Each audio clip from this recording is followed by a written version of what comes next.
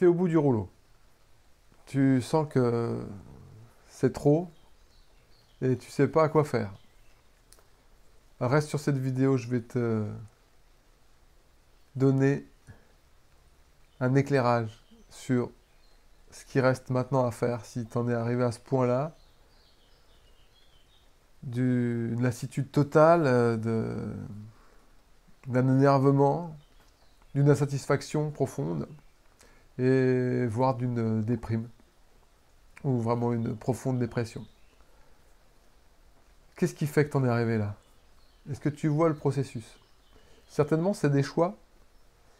Et puis, tu peux te sentir victime aussi. Et c'est important que tu saches que tu es un créateur. En dehors de la victime que tu es ou du bourreau que tu peux te sentir être, eh bien, tu es un créateur. Et tu crées avec ce que tu as dans ton inconscient. Tu crées avec tes programmations inconscientes. Et c'est tout ton passé, c'est toutes tes douleurs, c'est toutes tes souffrances d'enfant, c'est toutes tes mémoires intra-utérines, c'est toutes les mémoires aussi de ta lignée familiale peut-être. Mais surtout, s'il y a quelque chose que tu n'as pas accepté, s'il y a quelque chose qui était trop douloureux dans ton enfance ou dans ton vécu, si aujourd'hui il y a encore une part de toi qui se dit j'ai pas voulu que ça soit comme ça, je suis en colère que ça n'ait pas été comme j'aurais voulu que ça soit, tant qu'il y a une part de toi qui voudrait que ça soit autrement que ça a été, alors ça va être encore plus dur. Parce que tu luttes, et quand tu luttes contre la réalité, tu luttes contre ton univers. Et c'est sûr que c'est pas possible que lutter contre ton univers, c'est trop éprouvant. Peut-être tu te dis, qu'est-ce qu'il me raconte, c'est quoi cette histoire de lutter contre l'univers? Juste, je suis mal, je vis des choses difficiles, qu'est-ce qu'il me raconte? Mon expérience à moi de sortir de ma dépression chronique, mon expérience d'accompagnement de plein de gens en difficulté, émotionnelle, psychique ou affective, me montre qu'en fait, effectivement, tout est toujours conforme à ce que nous croyons de la vie. Donc, qu'est-ce que tu crois? Moi, je t'invite à une chose, vraiment, c'est faire ce que j'appelle, et ce que Byron Katie appelle l'investigation. C'est-à-dire aller chercher à l'intérieur de toi de quoi c'est fait. Et arrête de croire que tes pensées, c'est la réalité. Si tu commences à croire tes pensées, à les écouter et à penser que ces pensées, c'est toi, et que tu les laisses te mener par le bout du nez, alors c'est pire. Tu t'infliges une deuxième peine. Moi, j'en ai marre, j'aime pas les thérapeutes ou les coachs, surtout les coachs de vie, de développement, qui te disent ouais, t'as aucune raison de rester là comme ça, bouge-toi. Attends, mais est-ce que tu peux avoir de l'empathie ou de la compassion pour la part de moi qui souffre? Et je comprends qu'il y ait de quoi être affligé en fait. Parce que à une époque de notre vie, on n'était que vulnérable. On était juste là avec notre ouverture, notre gentillesse. Et comme on a souffert, ou comme on était mis à mal alors qu'on était juste innocent, qu'est-ce qui nous reste? Quand l'innocence, quand la vulnérabilité est attaquée, qu'est-ce qui reste comme posture? Il ne reste pas grand-chose. Il reste peut-être une profonde insécurité. On peut en revenir. Tu peux en sortir. Si tu prends conscience que aujourd'hui, ici et maintenant, tout ça n'est plus réel. C'est que des connexions de neurones dans ton cerveau émotionnel, ton cerveau limbique, comme il s'appelle. Il a mémorisé l'émotion du passé. Et c'est pas parce que ça a été vrai dans le passé que ça va être vrai encore aujourd'hui.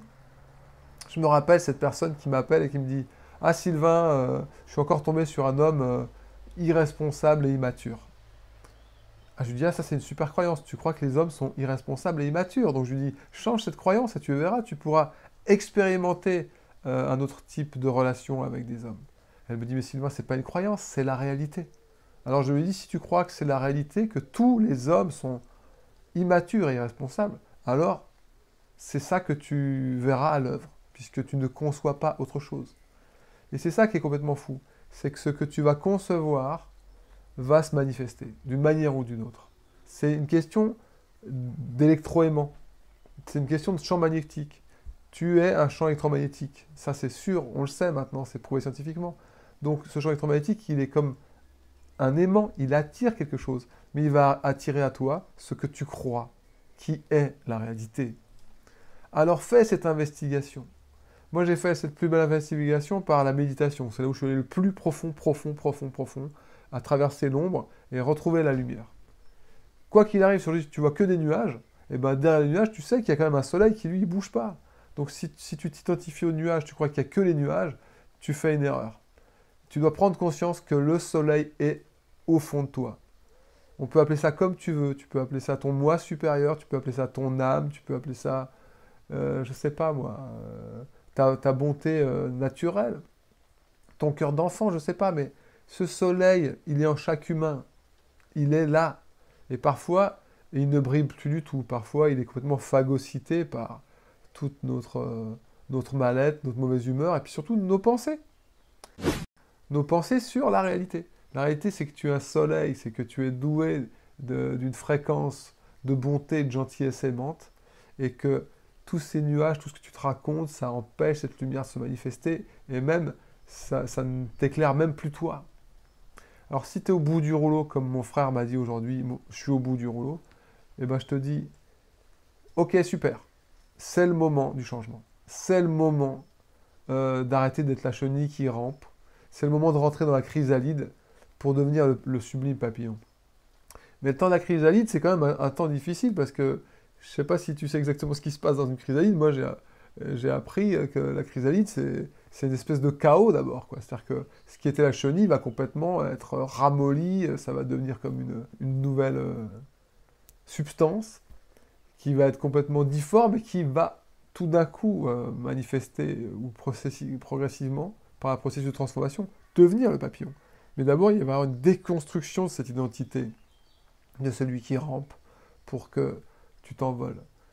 Donc effectivement, il y a un moment où il faut affronter ça. Et il y a des gens qui me disent « Ah non, je ne veux surtout pas retourner dans le passé, c'est trop douloureux. » Ouais, mais il ne s'agit pas de ressasser le passé, parce que ça, on le fait déjà avec notre inconscient, en se racontant toujours les mêmes histoires. C'est juste une fois. Tu reprends une fois le moment douloureux, ce que tu n'as pas accepté, ce qui était le plus dur.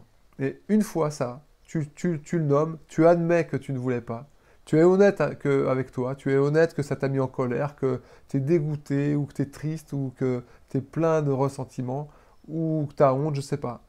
Mais si tu es honnête avec toi et que tu dis ça, je ne voulais pas le vivre, et ça m'a fait ça et ça comme émotion, et je me sens comme ça quand j'y pense, une fois que tu as nommé tout ça, eh ben, tu as fait le plus gros. Tu as été honnête, tu as identifié ce qui est en souffrance encore en toi. Et là, il suffit de faire des pratiques de psycho-énergie. La plus connue aujourd'hui, c'est l'EFT. Moi, je recommande plutôt la méta-EFT, tu pourrais aller encore plus loin. Et sinon, celle que je propose, moi, c'est la thérapie des champs mémoriels, avec un soin très simple qui prend juste un point là, et des mouvements oculaires comme en EMDR. C'est hyper simple. Le plus dur, je te dis, c'est de comprendre à quoi tu t'identifies. Celui qui est au bout du rouleau, qu'est-ce qu'il se raconte et surtout, qu'est-ce qu'il n'a pas supporté, qu'est-ce qu'il n'accepte pas avoir vécu ou avoir fait comme choix. Et si tu identifies ça, si tu arrives à en extraire les croyances sur la vie, eh ben, tu vas faire ce qu'il y a de plus héroïque au monde. Tu vas te transformer. Donc si tu es au bout du rouleau, si tu n'en peux plus, si c'est la déprime totale ou le burn-out, que sais-je, eh bien, il y a un moment où tu peux faire cet acte merveilleux de transformation, arrêter de ramper, te poser dans ton cocon. Ton cocon, c'est ta pratique. Ton cocon, c'est qu'est-ce que tu vas faire. Ton cocon, c'est le lieu ou juste le moment que tu vas prendre chaque jour ou chaque semaine pour transformer tout ça. Et si tu fais ça, eh ben, tu auras fait, je crois, ce qui est de plus héroïque, ce qui est de plus beau. Et tu apprécieras le soleil sur ta peau, tu apprécieras le soleil comme le papillon sur ses ailes. Voilà, j'ai envie de te dire ça aujourd'hui, à toi qui n'en peut plus, qui est au bout. Parce que j'ai eu mon frère au téléphone, il était au bout, il n'en pouvait plus. Et des fois même, on a des idées suicidaires. Et c'est OK. Parce que c'est le moment d'arrêter. Il y a un cri profond au fond de toi. C'est le meilleur de toi qui dit « ça suffit ». Écoute-le et reprends ton pouvoir créateur. Ne t'identifie pas à tes pensées. Observe que tu penses. Observe que ça pense. Et comme dirait Byron Katie, s'il y a une pensée qui te fait souffrir, alors remets-la en question. La laisse pas te mener par le bout du nez, l'amène pas t'amener encore plus bas. La réalité est ce qu'elle est, et elle a ses parts d'ombre et sa part de lumière.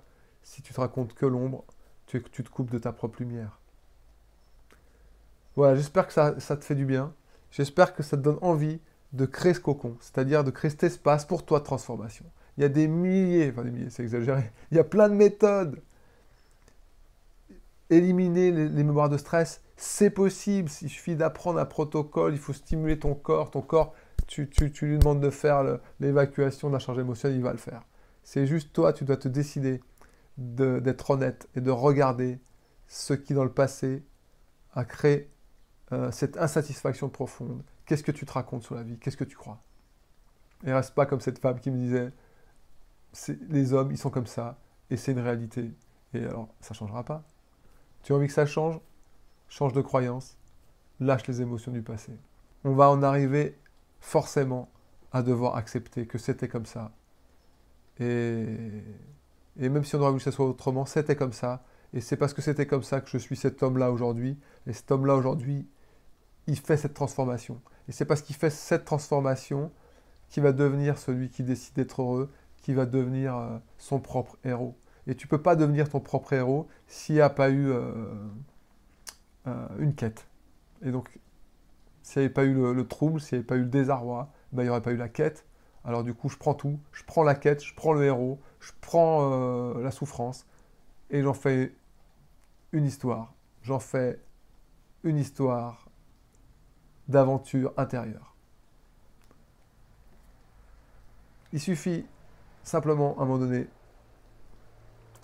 de retrouver ce cœur héroïque, celui que tu as toujours eu dans ton enfance, celui qui a été sapé, mais il est là, il est au fond de toi, je le sais, tu le sais, fonce. Ciao, merci.